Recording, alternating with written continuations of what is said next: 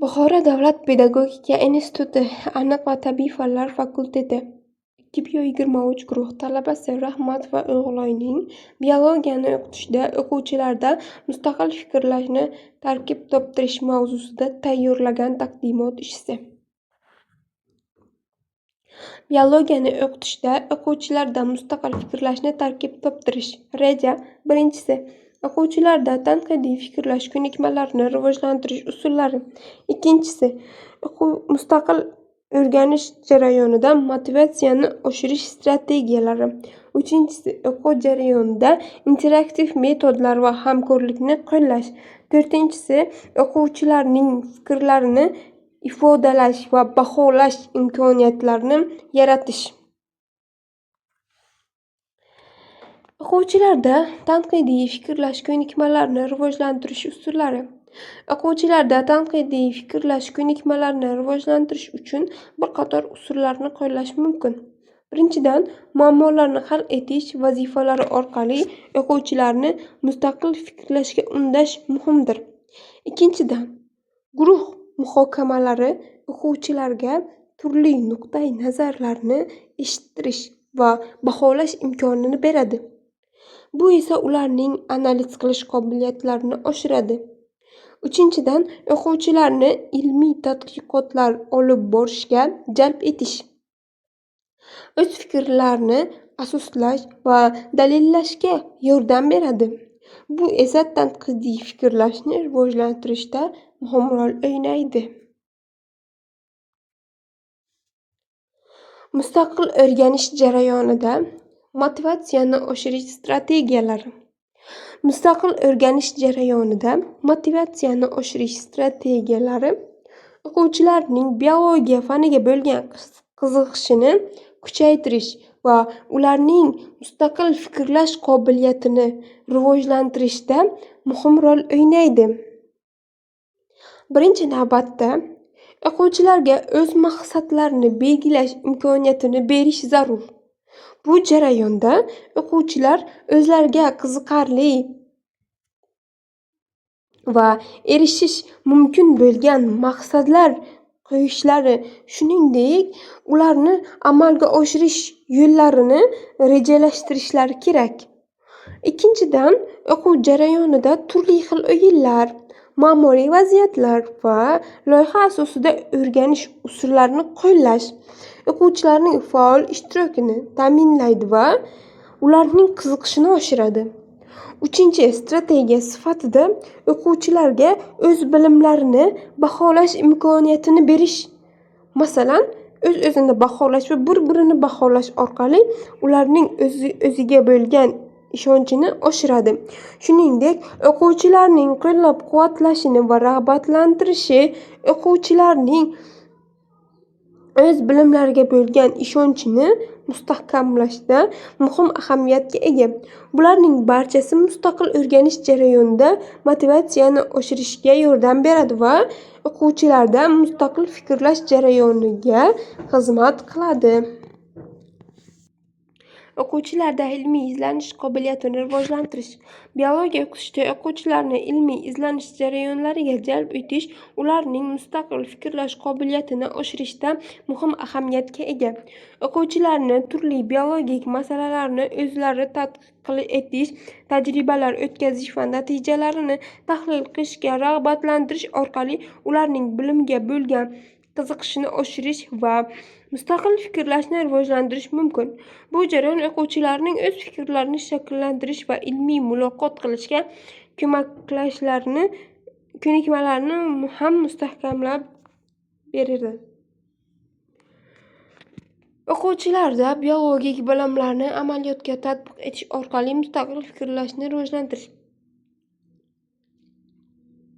O'quvchilarda biologik bilimlarni amaliyotda tatbiq etish orqali mustaqil fikrlashni rivojlantirish ularning o'z fikrlarini shakllantirish va muammolarni hal etish qobiliyatini oshirishda muhim ahamiyatga ega. O'quvchilar biologik jarayonlarni o'rganish jarayonida, masalan, ekosistema, genetik o'zgarishlar yoki inson organizmidagi jarayonlar haqida amaliy tadqiqotlar o'tkazishlari mumkin. Bu tadqiqotlar davomida o'quvchilar o'zlarini biologik muammolarni hal etish jarayonida kuzatib borishadi. Amaliy tajriba orqali o'quvchilar turli biologik hodisalarni ko'zdan kechirish va tahlil qilish imkoniyatiga ega bo'lishadi. Misol uchun, o'simliklar va hayvonlar dunyosidagi o'zaro ta'sirini o'rganish, eksperimentlar o'tkazish orqali o'z fikrlarini sinab ko'rish imkoniyatini yaratadi. Ushbu jarayon o'quvchilarda mustaqil fikrlash ko'nikmalarini shakllantirishga yordam beradi, chunki ular o'zlarining fikrlarini asoslash, dalillash va kritik tahlil qilish qobiliyatini rivojlantirishga majbur bo'lishadi. Natijada o'quvchilar biologik sohalardagi bilimlarni amaliyotda qo'llash orqali yanada mustaqil va ijobiy fikrlovchi shaxslar sifatida shakllanadilar. O'quvchilarda biologik kuzatuv qobiliyatini oshirish. Biologiya darslarida o'quvchilarning biologik kuzatuv qobiliyatlarini rivojlantirish muhim ahamiyatga ega. O'quvchilarni tabiatda va laboratoriyada turli fenomenlarni kuzatishga rag'batlantirish orqali ularning mustaqil fikrlash ko'nikmalarini shakllantiradi. Misol uchun, o'simliklar va hayvonlar hayoti, ekotizimlar va ularning o'zaro ta'siri haqida o'z fikrlarini ifoda etish imkoniyatlari yaratish o'quvchilarga o'z bilimlarini amaliyotda tatbiq etishga yordam qiladi va ularning mustaqil fikrlash qobiliyatini amalga oshiradi. Biologik tushunchalarni vizualizatsiya qilish orqali mustaqil fikrlashni rivojlantirish. O'quvchilar uchun biologik tushunchalarni qilish mustaqil fikrlash jarayonini rivojlantirishda muhim rol o'ynaydi. Tajribalar, diagrammalar va grafiklar orqali biologik jarayonlarni ko'rish o'quvchilarning mavzuni yaxshiroq tushunishga yordam beradi. Masalan, o'quvchilar hujayra tuzilishi yoki ekosistemalardagi o'zaro aloqalarni ko'rsatadigan vizual materiallarni yaratganda, ular nafaqat nazariy bilimlarni o'zlashtiradilar, balki mustaqil fikrlash ko'nikmalarini ham rivojlantiradilar. Shuningdek, jarayoni o'quvchilarda muammoni hal qilish qobiliyatini oshiradi. O'quvchilar o'z fikrlarini ifodalash va izlanish qilishadi. Biologik tushuncha yoki jarayonni qanday vizualizatsiya qilish kerakligini tanlash orqali mustaqil fikrlashni rivojlantiradi. Bu jarayon orqali ular o'z ijobiy yondashuvini ham rivojlantiradilar, chunki har bir o'quvchi o'ziga xos uslubda biologik jarayonlarni ko'rsata olish imkoniyatiga ega. Natijada biologik tushunchalarni vizualizatsiya qilish o'quvchilarda mustaqil fikrlashni shakllantirishda samarali usul hisoblanadi. Bu nafaqat biologik bilimlarni yaxshilaydi, balki o'z fikrlarini mustaqil ravishda rivojlantirish imkoniyatini beradi. Biologiya fanida o'quvchilarni muammoli vaziyatlar orqali mustaqil fikrlashga yo'naltirish. Muammoli vazifalar biologiya darsida o'quvchilarga mustaqil fikrlashni rivojlantirishda muhim ahamiyatga ega. Ushbu vazifalar o'quvchilarni dolzarb biologik masalalar bilan tanishtirib, ularning ilg'or fikrlash qobiliyatini oshirishga yordam beradi. O'quvchilar muammolarni hal etishda o'z fikrlarini mustaqil ravishda shakllantirib, mantiqiy tahlil va qaror qabul qilish ko'nikmalarini rivojlantiradilar. Bu jarayon o'z navbatida biologik bilimlarni chuqurlashtirishga xizmat qiladi. Biologiya fanida o'quvchilarda muammolarni yechish ko'nikmalarini rivojlantirish. O'quvchilarda biologiya faniga oid muammolarni yechish ko'nikmalarini rivojlantirish mustaqil fikrlash jarayonini kuchaytirishda muhim rol o'ynaydi. Muammolarni yechish jarayoni o'quvchilarning analitik fikrlashini, ijodkorligini va tadqiqotchilik qobiliyatini rivojlantiradi. O'quvchilarga real hayotdagi biologik muammolarni taqdim etish orqali ularni analitik va mantiqiy fikrlashga undash mumkin. Masalan, ekologik muammolar, bioxilmaxillikni saqlash yoki genetik tadqiqotlar bilan bog'liq vazifalar berish o'quvchilarda ilmiy izlanish va tajribalar o'tkazish qobiliyatini oshiradi. Shuningdek, o'quvchilarga muammoli vazifa berish orqali ularning o'z fikrlarini ifodalash va yechim topish jarayonida mustaqil fikrlashni rag'batlantiradi. O'quvchilar ma'muriy vazifalarni yechishga kirishib, turli xil strategiyalarni sinab ko'radi. Bu esa ularning kreativligini va mustaqil fikrlash qobiliyatini oshiradi. Natijada biologiya fani o'quvchilarni muammolarni yechish orqali mustaqil fikrlashga yo'naltirish, ularning bilimlarini kengaytirishda va kelajakda ilmiy faoliyatga tayyorlaydi. Biologik tajribalar orqali o'quvchilarda mustaqil fikrlarni rivojlantirish. Biologik tajribalar o'quvchilarga ilmiy tadqiqotlarni amalga oshirish imkoniyatini taqdim etadi. O'quvchilar tajribalar jarayonida mustaqil ravishda o'z kuzatuvlarini amalga oshiradi.